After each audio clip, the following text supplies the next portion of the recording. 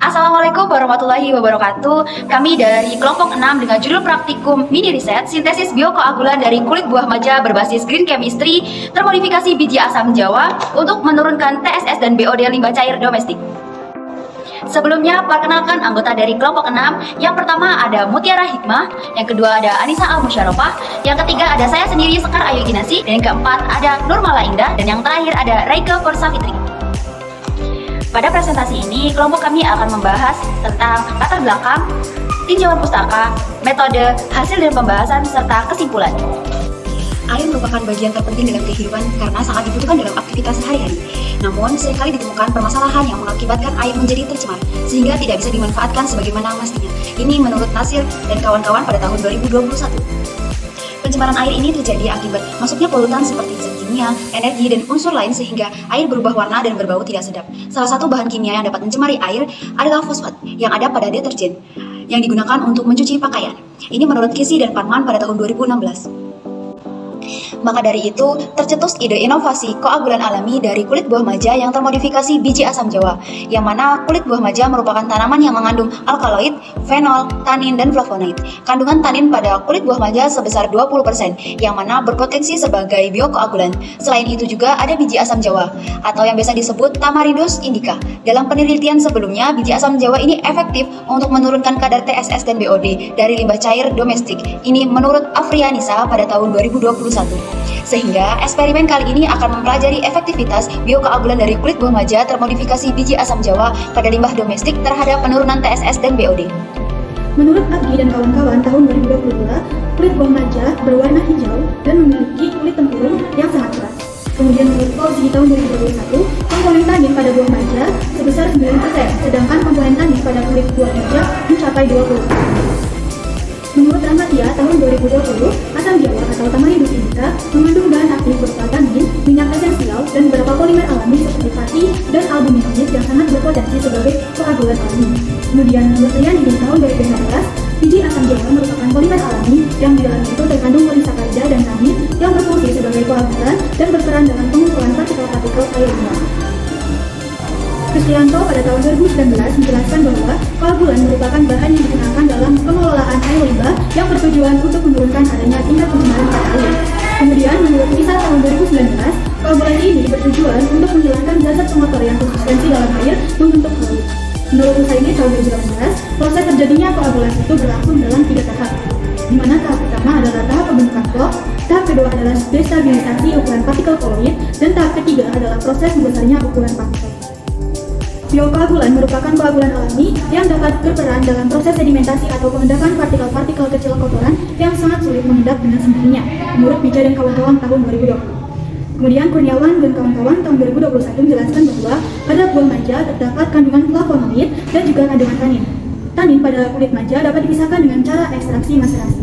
Hasil dari ekstraksi yang berupa glutanin yang akan dimanfaatkan sebagai biokoagulan alami limbah cair domestik untuk menurunkan kandungan TSS dan BOD.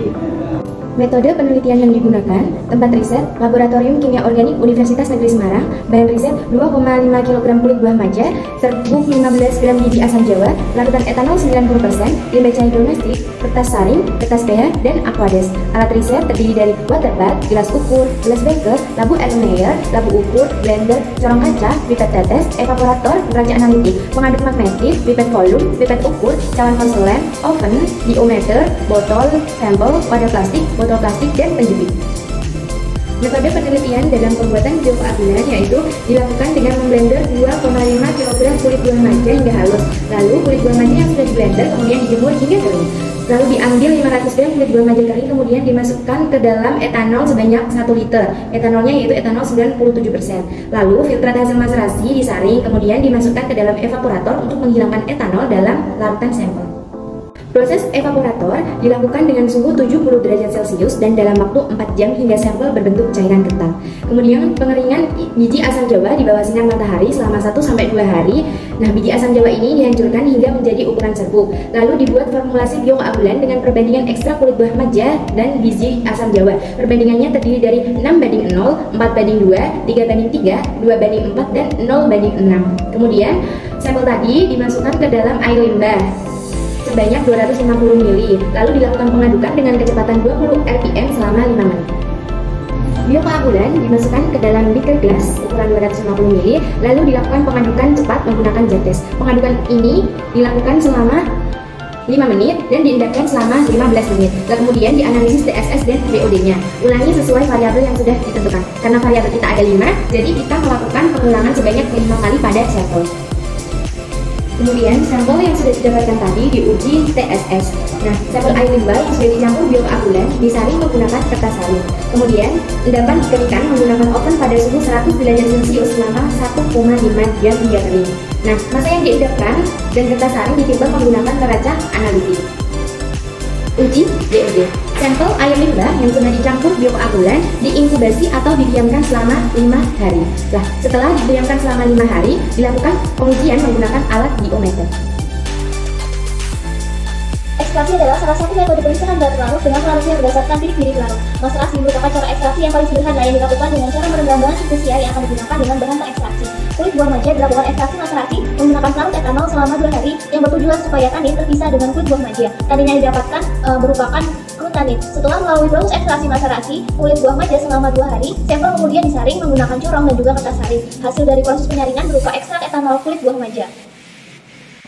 Evaporasi adalah metode yang umum digunakan untuk meningkatkan konsentrasi dari suatu larutan dengan cara menguapkan air yang terkandung dalam larutan melalui pendidihkan larutan tersebut di dalam suatu wadah dan mengambil uapnya. Ekstrak etanol kulit buah maja dilakukan proses evaporasi bertujuan untuk menghilangkan kadar etanolnya.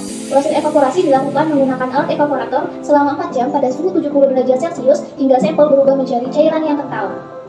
Tahap selanjutnya yaitu preparasi biji asam jawa. Koagulasi biji asam jawa yang digunakan adalah berbentuk serbuk yang diperoleh dari proses pengeringan dan juga penumbukan. Tujuan dari proses pengeringan adalah untuk menurunkan kadar air dan mempermudah penumbukan biji. Setelah ditumbuk, serbuk kemudian diayak menggunakan ayakan tepung untuk menghomogenkan dan agar luas permukaan koagulan sama. Biji asam jawa dapat digunakan sebagai koagulan pada proses koagulasi karena mengandung tanin dalam biji tersebut serta berperan sebagai polimer alami seperti pati yang berfungsi sebagai flokulan. Selanjutnya yaitu formulasi dari biokoagulan. Terdapat 5 variasi dalam pembuatan biokoagulan. Variasi yang pertama yaitu penambahan 6 ml ekstrak kulit buah maja. Variasi yang kedua yaitu penambahan 4 ml ekstrak kulit buah maja dengan 2 gram serbuk biji asam jawa. Variasi yang ketiga yaitu 3 ml ekstrak kulit buah maja dengan 3 gram serbuk biji asam jawa. Variasi yang keempat yaitu 2 ml ekstrak kulit buah maja ditambah 4 gram serbuk biji asam jawa, dan variasi yang kelima yaitu 6 gram serbuk biji asam jawa.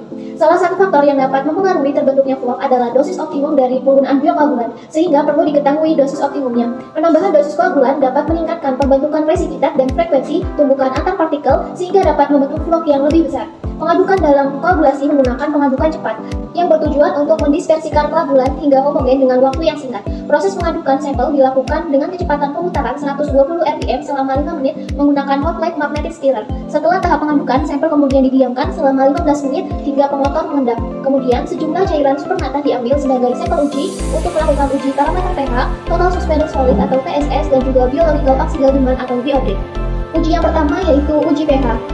Dari proses pengujian pH maka diketahui bahwa sampel 1 mempunyai pH 5, sampel 2 mempunyai pH 6, sampel yang ketiga mempunyai pH 6, sampel yang keempat mempunyai pH 7, sampel yang kelima mempunyai pH 6, dan sampel yang keenam atau air limbah asli mempunyai pH 7.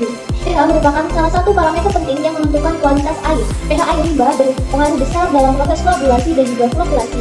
Air limbah rumah tangga di sekitar daerah UNES yang kami gunakan mempunyai pH 7 atau netral. Namun setelah ditambah dengan biokoagulan biji asam jawa maupun kulit buah maja, pH mengalami perubahan yaitu pada penurunan. Berdasarkan hasil analisis, diperoleh nilai pH dari variasi konsentrasi biji asam jawa maupun kulit buah maja berkisar pada pH 5 sampai dengan 7. Kondisi pH yang relatif asam diduga karena adanya penguraian bahan organik yang menghasilkan karbon dioksida jika bereaksi dengan air dan di dalamnya tidak ada mineral yang menyebabkan kondisi menjadi asam.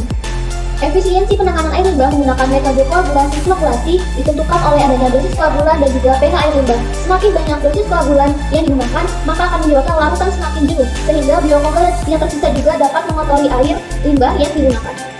Yang kedua, uji TSS. Untuk penentuan kadar TSS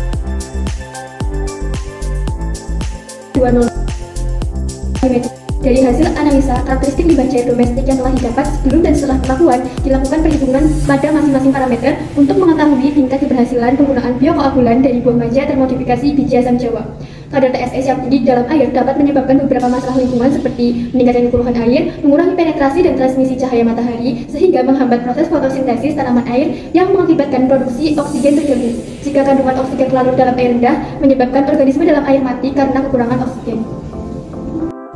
Untuk hasil TSS yang memenuhi kriteria hanya pada variasi 1, yaitu sebesar 50 mg per liter.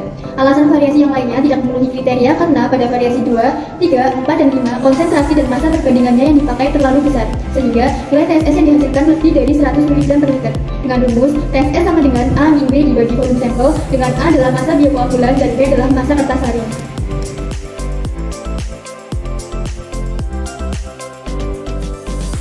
DO0 pada saat pengambilan sampel, kemudian mengukur kandungan oksigen terlarut kembali DO5 setelah dilakukan inkubasi dengan suhu 20 derajat Celcius dalam waktu 5 hari. Nilai POD yang dinyatakan dalam miligram per liter merupakan selisih kandungan oksigen terlarut awal dan oksigen terlarut akhir DO0 min DO5. Pengukuran nilai oksigen terlarut dapat dilakukan dengan menggunakan alat yang disebut DO-meter dengan rumus perhitungan POD sama dengan DO0 min DO5. Suatu perairan yang tingkat pencemarannya rendah dan bisa dikategorikan sebagai perairan yang baik, maka kadar oksigen terlarutnya atau DO lebih dari 5 ppm dan kadar oksigen biokimianya atau BOD berkisar 0 sampai 10 ppm. Nah, berikut ini adalah tabel nilai DO dan BOD untuk tingkat pencemaran perairan. Untuk tingkat pencemaran rendah, nilai DO-nya lebih dari 5 ppm dan nilai BOD-nya 0 sampai 10 ppm. Untuk tingkat pencemaran sedang, nilai DO-nya 0 sampai 5 ppm dan nilai BOD-nya 10 sampai 20 ppm. Dan untuk tingkat pencemaran tinggi, nilai DO-nya 0 ppm dan untuk nilai BOD-nya 25 ppm menurut Wiro Sarjono tahun 1974. Untuk selanjutnya hasil uji POD untuk air limbah atau larutan belangko nilai POD-nya 0, untuk sampel 1 nilai POD-nya 10 ppm, sampel 2 nilai POD-nya 3 ppm, sampel 3 nilai POD-nya 5 ppm, sampel 4 nilai POD-nya 4 ppm dan sampel 5 nilai POD-nya 5 ppm. Hasil uji POD sampel air limbah dengan penambahan biokoagulan sudah memenuhi baku mutu air dengan ambang batas maksimal 10 ppm. Formulasi biokoagulan terbaik yang mampu menurunkan kadar POD pada limbah cair domestik adalah 4 ml ekstrak kulit buah maja dengan 2 gram biji asam Jawa.